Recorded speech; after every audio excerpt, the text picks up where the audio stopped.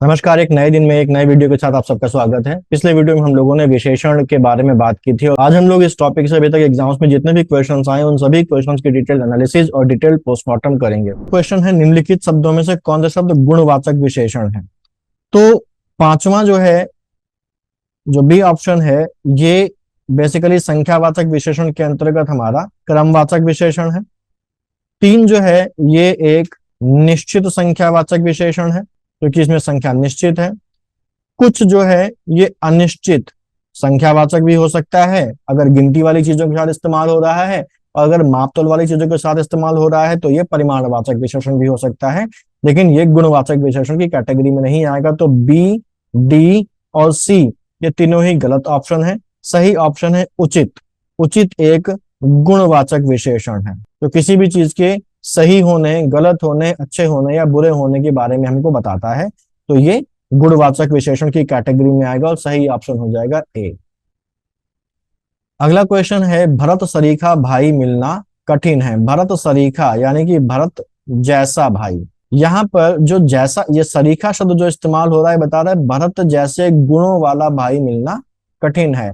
तो क्योंकि ये गुण के संबंध में बात कर रहा है कि जैसे गुण भरत के अंदर थे ऐसे गुणों वाला भाई मिलना कठिन है, तो ये आ जाएगा गुणवाचक विशेषण की कैटेगरी में। तो सही ऑप्शन तो होगा इसका एक गुणवाचक विशेषण। लेकिन बाकी क्यों नहीं है वो भी देख लेते हैं। अपूर्णांक बोधक विशेषण। अपूर्णांक बोधक विशेषण में बेसिकली अपूर्णांक बोधक, आवृत्तिवाचक और समुदायवाचक विशेषण ये संख्यावाचक विशेषण की कैटेगरी में आते हैं। तो यहाँ पर इस वाक्य में संख्या का तो कहीं इस्तेमाल हुआ ही नहीं है, तो ये तो अपने आप ही गलत हो जाएंगे। बिल्कुल आसान और घटिया क्वेश्चन था ये। तो सही ऑप्शन है इसका एक गुणवाचक विशेषण। आरओ का एग्जाम अब ज्यादा दूर नहीं है और हम सब जानते हैं कि इस एग्जाम में हिंदी एक बड़ा रोल प्ले करती आई है। और अब क्योंकि पैटर्न चेंज हो गया है और पेपर 200 मार्क्स का आएगा, जिसमें एक ही पेपर में 140 मार्क्स का जीएस होगा और 60 मार्क्स की हिंदी होगी, तो हिंदी की इंपॉर्टेंस और ज्यादा बढ़ गई है। मुझे उम्मीद है कि पांडव चैनल के हिंदी की वीडियोज आपकी तैयारी को आसान बना रहे होंगे। मैंने इन वीडियोस में कठिन से कठिन टॉपिक्स को आसान बनाने की कोशिश की है और उसका असर पिछले एग्जाम्स में देखने को भी मिला, जब सारे 60 में से 60 प्रश्न हिंदी के इन्हीं वीडियोस से आ गए। इस एग्जाम में भी यही होगा और इन वीडियोस के बाहर से कुछ भी नहीं आएगा। मुझे उम्मीद है कि आप हिंदी में 60 में से 60 सही करके आएंगे। तो जैसा कि मैंने अभी बताया कि पिछले एग्जाम में सभी 60 सवाल इन्हीं वीडियोस से थे और बहुत सारे साथियों ने 59 से लेकर 60 तक का स्कोर किया। लेकिन फिर भी बहुत सारे लोग ऐसे भी थे जो 57, 58 तक ही स्कोर कर पाए। वैसे तो ये स्कोर एक्सीलेंट की कैटेगरी में आता है, लेकिन ये परफेक्ट तो नहीं है ना। तो इस बार आप परफेक्ट स्कोर करें, यानी कि हिंदी में 60 आउट ऑफ 60 लेकर आए। इसलिए इन फ्री वीडियोस के साथ नॉमिनल फीस में एक एडिशनल इनिशिएटिव शुरू कर रहा हूँ। अब यहाँ पर फीस बेसिकली क्यों रखी है, उसके कई सारे कारण हैं। पहली चीज तो ये समझ लीजिए कि हिंदी के वीडियोस फ्री थे, फ्री हैं और फ्री रहेंगे।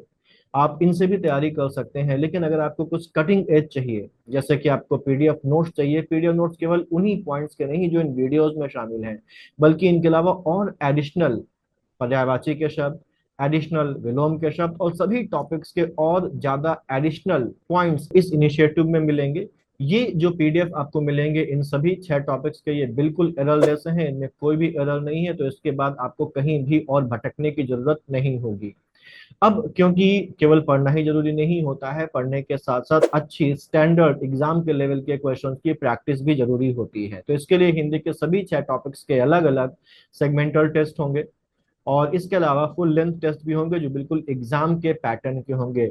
लगभग 6 फुल लेंथ टेस्ट मैं यहाँ पर लूंगा और साथ साथ सेगमेंटल टेस्ट भी होंगे। तो काफी सारे क्वेश्चंस की प्रैक्टिस जो एग्जाम के लिए बहुत इंपॉर्टेंट है वो आपके यहाँ से कवर हो जाएंगे और ये सब मेरी खुद की पर्सनल गाइडेंस में होगा। मैं खुद यहाँ पर आपके साथ इन्वॉल्व रहूंगा। तो वीडियोस तो फ्री हैं ही, उनका बेनिफिट आप ले रहे हैं और इस कटिंग एज का बेनिफिट भी आप उठाइए। और अगर आप चाहते हैं कि आप भी हिंदी में 60 आउट ऑफ 60 लेकर आए तो इसे जरूर ज्वाइन करिए। ज्वाइन करने के लिए इस व्हाट्सएप नंबर पर आप आरो हिंदी 60/60 लिखकर व्हाट्सएप कर दीजिए। मैं और आप मिलकर मेहनत करेंगे और इस एग्जाम को हर हालत में क्लियर करेंगे। अगला है, हजारों लोगों ने उसे देखा है। हजारों लोगों ने, तो यहाँ पर देखिए हजारों एक संख्या है, यानी कि संख्यावाचक विशेषण तो हो गया, लेकिन संख्यावाचक विशेषण की कैटेगरी में किस प्रकार का विशेषण हो गया, हजारों की बात हो रही है तो कितने हजार ये नहीं पता, तो ये क्या हो गया, अनिश्चित।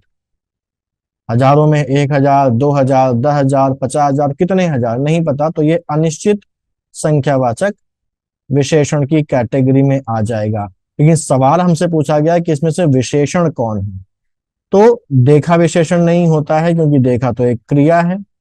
लोगों, ये ग्रुप ऑफ पर्संस के बारे में बात कर रहा है, ये इस वाक्य में विशेष्य है, ठीक है, तो ये भी विशेषण नहीं है। हजारों यहाँ पर विशेषण होगा, जो किस प्रकार का विशेषण है, अनिश्चित संख्यावाचक विशेषण है। वह नौकर नहीं आया, कौन सा विशेषण है, तो यहां पर देखिए वह शब्द इस्तेमाल हुआ है। वह है एक प्रकार का सर्वनाम, और सर्वनाम के बाद अगर संज्ञा शब्द इस्तेमाल हो जाती है तो वो विशेषण बन जाता है, और वो विशेषण कौन सा कहलाता है, सार्वनामिक विशेषण। तो यहाँ पर क्योंकि वह शब्द इस्तेमाल हुआ और वह के बाद में एक संज्ञा आई है, तो ये एक प्रकार का सार्वनामिक विशेषण है। तो इसका उत्तर होगा ए, सार्वनामिक विशेषण। गुणवाचक विशेषण नहीं, क्योंकि किसी गुण का उल्लेख नहीं है। संख्यावाचक विशेषण नहीं, क्योंकि किसी संख्या का उल्लेख नहीं है। और कोई मात्रा भी नहीं बताएगी, तो ये परिमाण बोधक विशेषण भी नहीं है। बहुत आसान सवाल आ रहे हैं, आप देख रहे हैं कि आरओ एआरओ 2014 के प्री में सवाल आया था, तो कितने आसान सवाल आते हैं। बस आपको अपना कॉन्फिडेंस मेंटेन रखना है, और कॉन्फिडेंस मेंटेन रखने के साथ साथ प्रैक्टिस करते रहने, क्योंकि प्रैक्टिस नहीं करेंगे तो जितना भी आसान सवाल आ जाए आप कभी भी सही करके नहीं आ पाएंगे, ठीक है। तो बहुत आसान क्वेश्चंस आते हैं, थोड़ा सा अगर आप प्रैक्टिस कर लेंगे, समझ लेंगे चीजों को, तो बिल्कुल कठिनाई नहीं होगी, और 60 में से 60 जो मार्क्स हैं वो लाना बहुत ज्यादा मुश्किल आपके लिए नहीं होगा। नेक्स्ट है, तीसरा शब्द में विशेषण है। तो तीसरा, यहाँ पर क्रम बताया जा रहा है, तो क्रम बताया जा रहा तो अपने आप क्या हो गया, क्रमवाचक विशेषण। तो तीसरा शब्द में विशेषण है क्रमवाचक विशेषण, बिना किसी कठिनाई के हम लोगों ने आंसर दे दिया। चौथाई शब्द में विशेषण है, अभी हम लोगों ने देखा चौथाई संख्यावाचक है, क्योंकि संख्या का इस्तेमाल हुआ है। और संख्या कैसी है, चौथाई एक निश्चित मात्रा होती है, 1/4 को चौथाई बोलते हैं, यानी कि मात्रा कैसी है, निश्चित है। लेकिन ये जो संख्या इस्तेमाल हुई एक पूर्ण संख्या नहीं है, कैसी संख्या है, अपूर्ण संख्या है। तो संख्यावाचक विशेषण के अंतर्गत गणनावाचक विशेषण में आएगा, और गणनावाचक विशेषण के अंतर्गत आ जाएगा अपूर्णांक बोधक विशेषण। तो चौथाई शब्द में हो जाएगा आवृत्तिवाचक नहीं है, क्रमवाचक भी नहीं है, गणनावाचक है, लेकिन गणनावाचक में भी कौन सा है, अपूर्णांक बोधक। अगर यहाँ पर ये अपूर्णांक बोधक विशेषण ये ना होता तो फिर हम बी लगाते, लेकिन हमको बिल्कुल स्पेसिफिक दिया हुआ है अपूर्णांक बोधक, तो उस केस में हम फिर अपूर्णांक बोधक ही लगाएंगे। हैं ये बी और डी दोनों ही सही, लेकिन जो बेस्ट आंसर है, जो सबसे नजदीकी उत्तर है, वो है अपूर्णांक बोधक विशेषण। अगर अपूर्णांक बोधक ना होता तब हम गणनावाचक विशेषण यहाँ पर ऑप्शन में टिक करते। नीली साड़ी में कौन सा विशेषण है, तो नीली साड़ी में रंग बताया जा रहा है, और रंग जहां पर बताया जाए वहां पर क्या आ जाता है, गुणवाचक विशेषण। तो नीली साड़ी में साड़ी विशेष है, और जो नीला शब्द इस्तेमाल हुआ है वो है गुणवाचक विशेषण, तो ऑप्शन सही है सी। संख्यावाचक क्यों नहीं आप जान गए होंगे, परिमाणवाचक क्यों नहीं आप जान गए होंगे, सार्वनामिक विशेषण क्यों नहीं ये भी आप जान गए होंगे, क्योंकि यहाँ पर किसी सर्वनाम का इस्तेमाल नहीं हो रहा है। सही ऑप्शन है सी, नीली जो है वो गुणवाचक विशेषण की कैटेगरी में इसको डाल देता है। यह चांदी खोटी सी दिखती है, हम लोगों ने देखा था पिछली वीडियो में कि गुणवाचक विशेषण में कई बार जैसे बड़ा है, खरा है, खोटा या खोटी, ये सब तो गुणवाचक विशेषण नहीं है। लेकिन अगर हम लिख दें बड़ा सा, छोटा सा, और ऐसे ही लिख दें खोटी सी, तो भी इनकी जो नेचर है वो चेंज नहीं होगा, और ये गुणवाचक विशेषण की कैटेगरी में ही रहेंगे। अगर आपने नहीं देखा है तो आप देख लीजिए उस वीडियो को, ये सारी चीजें आपको अपने आप क्लियर हो जाएंगी। तो यहाँ पर जो हम लोगों ने अभी डिस्कस किया उसके आधार पर खोटी सी किस प्रकार का विशेषण है, गुणवाचक विशेषण है। परिमाणवाचक क्रिया विशेषण का वाक्य होगा। पहली बात तो दो चीजें हैं, पहले परिमाणवाचक क्या है, जो मात्रा बताए या परिमाण बताए, और क्रिया विशेषण क्या है, जो विशेषता किसकी बताए, क्रिया की विशेषता बताए। तो हमको दो चीजें देखनी है कि विशेषता किसकी बताई जा रही है और क्रिया की बताई जा रही है, और क्रिया की मात्रा बताई जा रही है कि क्रिया कितनी मात्रा में की जा रही है। तो वह बहुत थक गया है, वह अभी अभी गया है, वह अंदर बैठा है, वह भली भांति नाच लेता है। तो वह अभी अभी गया है, तो इसमें क्रिया कब की गई है वो बताया जा रहा है, यानी कि ये समय के बारे में बताया जा रहा है, परिमाण नहीं बताया जा रहा है कि क्रिया कितनी की जा रही है। वह अंदर बैठा है, कहाँ बैठा है ये बताया जा रहा है। वह भली भांति नाच लेता है, तो कैसे नाच लेता है ये बताया जा रहा है। वह थक गया है, थकना एक क्रिया होती है, कितना थक गया है, तो जब कितना थक गया की बात आए तो वहां पर क्या आ जाएगा, परिमाण आ जाएगा, और बता रहा है कि वह बहुत थक गया है। तो वह बहुत थक गया में जो बहुत है, क्योंकि एक क्रिया थकने की विशेषता बता रहा है तो एक क्रिया विशेषण हो गया, और वो मात्रा भी बता रहा है कि वह बहुत थक गया है, इसलिए ये परिमाणवाचक क्रिया विशेषण की कैटेगरी में आएगा। तो सही ऑप्शन इसका होगा ए। 2013 आरओ ए आरओ का ये क्वेश्चन है। अगला है मीठा अमरूद में मीठा विशेषण किस कोटि का है। तो मुझे जरूरत नहीं बताने की, आप खुद जान गए हैं कि मीठा होना ये एक प्रकार का स्वाद है, अमरूद का एक गुण है, तो ये क्या है, ये गुणवाचक विशेषण है। बहुत आसान, मेंस 2013 का सवाल है। देखिए मेंस में भी कोई वो नहीं है, बहुत आसान सवाल आ रहे हैं। अगला क्वेश्चन है तुम कहाँ पढ़ते हो में किस कोटि का विशेषण प्रयुक्त हुआ है। तो यहाँ पर कहाँ इस्तेमाल हुआ है, जिससे ये एक प्रश्न की कैटेगरी में आ रहा है, और हम लोगों ने देखा था कि विशेषण का एक प्रकार प्रश्नवाचक विशेषण भी होता है। ठीक है, तो ये जो है यहाँ पर प्रश्नवाचक विशेषण आ जाएगा। इसका सही उत्तर होगा ऑप्शन बी। वैसे भी अगर देखें तो ये संकेतवाचक विशेषण नहीं है। संकेतवाचक विशेषण किस विशेषण का दूसरा नाम है, आप मुझे कमेंट में बताइए इसका भी उत्तर। चलिए, ये होता है बेसिकली सार्वनामिक विशेषण। सार्वनामिक विशेषण को ही संकेतवाचक या निर्देशवाचक विशेषण भी कहा जाता है। तो यहाँ पर कोई सार्वनामिक विशेषण का इस्तेमाल नहीं हुआ है, किसी संख्या को नहीं बताया गया तो संख्यावाचक विशेषण भी नहीं है, और किसी गुण का उल्लेख भी नहीं हुआ है तो यहाँ पर गुणवाचक विशेषण भी नहीं है। तो हम इसको एलिमिनेशन मेथड से भी कर सकते हैं कि ये प्रश्नवाचक विशेषण की कैटेगरी में आएगा। तो सही उत्तर है बी। अगला है उस ग्रंथ में 500 पृष्ठ हैं, उस वाक्य में उस शब्द है।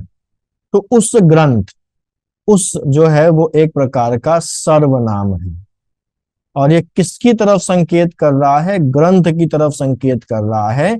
तो ये जो ग्रंथ शब्द है, ये ग्रंथ शब्द है एक संज्ञा, और सर्वनाम संज्ञा के पहले आया है, तो ये क्या बन जाएगा, ये जो उस है ये एक सार्वनामिक विशेषण है। वैसे तो इसमें एक विशेषण और है, पृष्ठों की संख्या भी बताई जा रही है, तो यहाँ पर ये एक संख्यावाचक विशेषण है। और कैसा, निश्चित संख्यावाचक विशेषण का भी प्रयोग हुआ है, लेकिन क्योंकि हमसे केवल उस शब्द के बारे में पूछा जा रहा है कि उस शब्द किस प्रकार के विशेषण के रूप में यहाँ पर प्रयोग हुआ है, तो ये प्रयोग हुआ है सार्वनामिक विशेषण के रूप में। और अभी अभी हम लोगों ने देखा था पिछले क्वेश्चन में कि सार्वनामिक विशेषण को ही संकेतवाचक विशेषण भी कहते हैं या निर्देशवाचक विशेषण भी कहते हैं। तो इसलिए यहाँ पर देखिए सार्वनामिक विशेषण नहीं दिया है, तो आपको अल्टरनेटिव नाम भी पता होने चाहिए। जैसे प्रत्येक बोधक विशेषण को वीप्सा बोधक विशेषण भी कहते हैं, वैसे ही सार्वनामिक विशेषण को संकेतवाचक विशेषण भी कहते हैं। तो इसका सही उत्तर होगा सी। सी क्यों होगा, आपको क्लियर हो गया होगा। अगला है इनमें से संख्यावाचक विशेषण कौन है। वहां घटिया सवाल। संख्यावाचक विशेषण जहां पर संख्या शब्द का संख्या इस्तेमाल हो, संख्या का बोध हो। तो काला एक संख्या नहीं है, खट्टा भी एक संख्या नहीं है, रावण तो ये भी तो विशेषण ही नहीं है, ये तो एक प्रकार का विशेष है क्योंकि ये नाम होता है यानी कि संज्ञा होता है। और जो 7 जो है ये एक संख्या है, और जहां पर संख्या वो संख्यावाचक विशेषण। तो सही उत्तर होगा इसका ए। ये मेंस का लेवल है, आप देखिए 2013 में। विद्वान व्यक्ति पूज्य होते हैं, इसमें किस प्रकार का विशेषण है। तो यहाँ पर जो विशेषण है वो है विद्वान, और विद्वान कौन है, व्यक्ति। तो व्यक्ति यहाँ पर है विशेष और विद्वान है यहाँ पर विशेषण। अब ये मैं किसी से भी पूछूंगा तो वो आसानी से बता देगा कि विद्वान होना क्या है। विद्वान होना एक प्रकार का गुण है। तो इस व्यक्ति का गुण है कि वह विद्वान है। और विद्वान व्यक्ति कैसे होते हैं? पूज्य होते हैं। तो ये जो विशेषण प्रयोग हुआ है वो सार्वनामिक नहीं है, वो संख्यावाचक नहीं है, परिमाण बोधक भी नहीं, क्योंकि कोई प्रमाण यानी कि नाप तौल की बात नहीं हो रही है। ये किस प्रकार का विशेषण हो गया? बी कैटेगरी, बी में आ गया। ऑप्शन बी सही है, गुणवाचक विशेषण। अब देख रहे हैं कितने आसान सवाल आ रहे हैं, तो घबराने की तो जरूरत ही नहीं है। हिंदी में बहुत आसान होते हैं, आप बिल्कुल थोड़ी सी मेहनत करके भी इसमें मैक्सिमम मार्क्स स्कोर कर सकते हैं। दोनों शब्द किस प्रकार का विशेषण है? तो दोनों, अभी हम लोगों ने कुछ देर पहले देखा था कि क्योंकि यहाँ पर संख्या है तो पहली बात तो ये संख्यावाचक विशेषण है। और संख्या में भी ग्रुप की बात हो रही है, यानी कि समुदाय की बात हो रही है, समूह की बात हो रही है। तो क्योंकि समुदाय या समूह की बात हो रही है, यानी कि जहां पर भी दोनों, चारों, पांचों, दसों वगैरह का इस्तेमाल होगा, वहां पर क्या होगा? समुदायवाचक विशेषण या समुदाय बोधक विशेषण। तो इसका उत्तर है ए, समुदाय बोधक विशेषण। आवृत्ति बोधक नहीं है, क्रम बोधक नहीं है, पुनरुक्ति बोधक भी नहीं है। तो ये है हमारा समुदाय बोधक विशेषण ए। बाकी तीनों क्यों नहीं है ये आपको पता है। सवाल है अगला, प्रतिदिन किस प्रकार का क्रिया विशेषण है? तो प्रतिदिन क्रिया विशेषण तो बता दिया, लेकिन किस प्रकार का क्रिया विशेषण? तो देखिए, प्रतिदिन में हमारे पास समय की बात हो रही है। प्रतिदिन का मतलब होता है रोज, यानी कि समय की बात हो रही है, और समय की बात आएगी तो ये हो जाएगा काल वाचक, ऑप्शन के हिसाब से। इनमें से किस वाक्य में गलत विशेषण का प्रयोग हुआ है?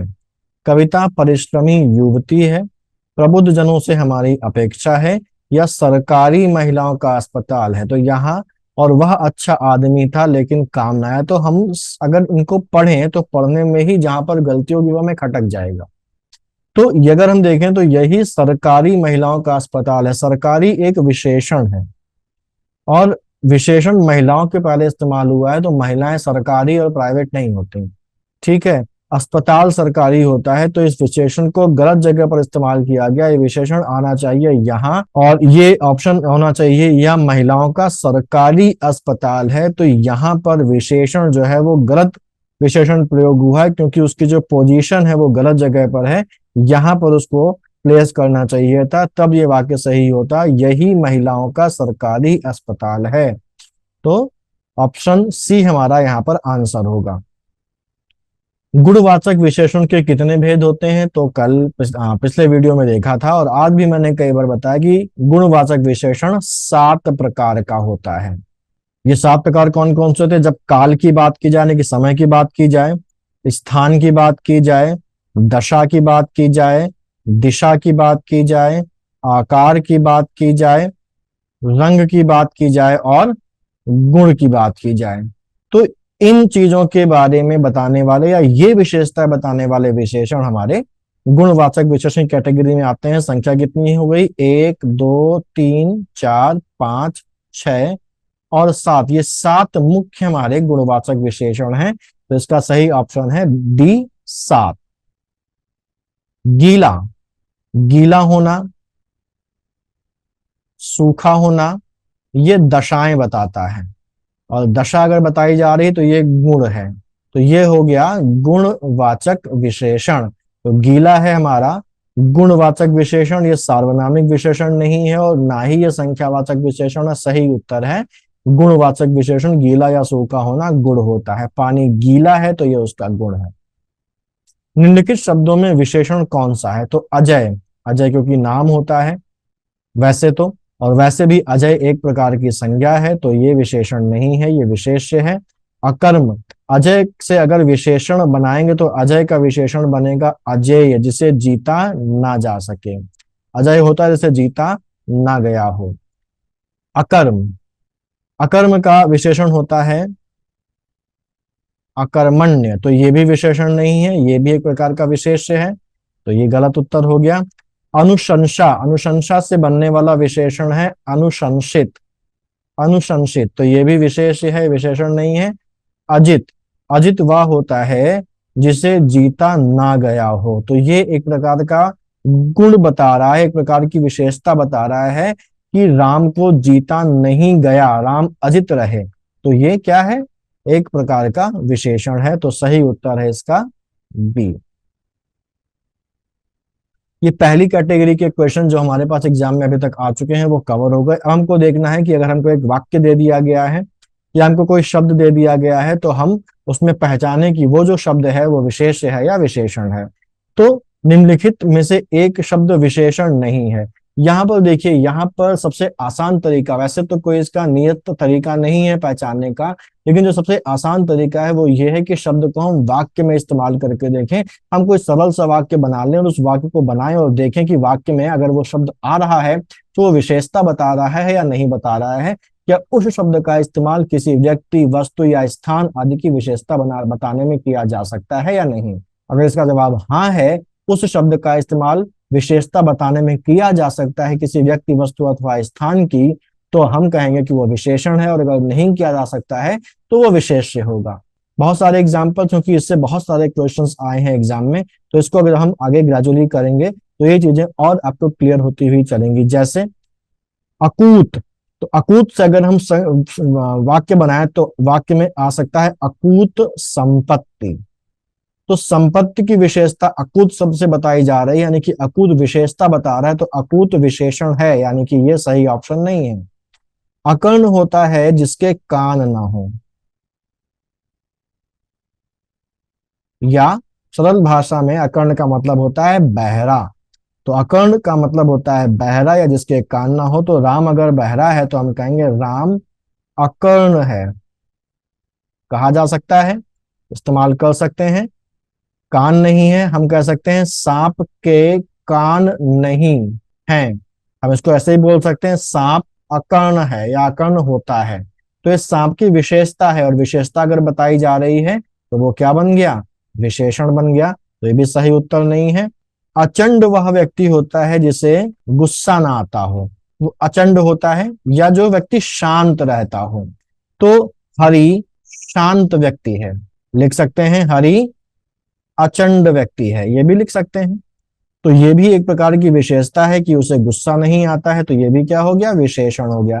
देखिए यहाँ पर हमें अनेक शब्दों से जो एक शब्द बनते हैं उनकी भी थोड़ी जानकारी होनी चाहिए, क्योंकि अक्सर ऐसे सवाल हमको मिल जाते हैं, बहुत ज्यादा तो नहीं, 2 3 4 एग्जाम्स के बाद हमको एक आध सवाल ऐसा मिल जाता है। तो अगर आप इसमें फंस भी जाते हैं, आपको अक्षर जो शब्द है उनका वास्तविक मतलब नहीं पता है, तो घबराने वाली बात नहीं है। अगर एक आध सवाल कहीं दाएं बाएं हो भी गया तो काम चल जाता है। लेकिन फिर भी यहाँ पर हम बता सकते हैं अचार शब्द।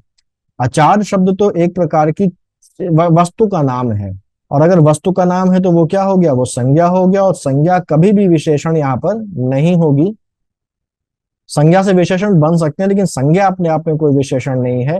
तो इसलिए ये जो उत्तर होगा वो यहाँ पर भी सही है। तो यहाँ पर अगर हम अचार के बारे में थोड़ी सी ये समझ लें कि वो नाम है किसी चीज का, तो हम सही उत्तर दे सकते हैं। तो ये हमारे हो गए क्वेश्चन जो अब तक के एग्जाम्स में आए थे। मुझे उम्मीद है कि आपको थोड़ा सा कॉन्फिडेंस बूस्ट हुआ होगा, इससे मोरल अप हुआ होगा, क्योंकि क्वेश्चंस बड़े आसान हैं। थोड़ी सी कंसेप्चुअल क्लैरिटी और थोड़ा सा प्रेजेंस ऑफ माइंड का इस्तेमाल करके आप इनको आसानी से कर सकते हैं।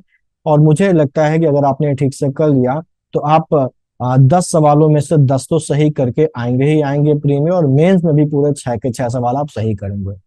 अगर कोई डाउट होता है तो कमेंट बॉक्स में मुझे बताइए, और मैं कोशिश करूंगा कि मैं उसको क्लियर करूं।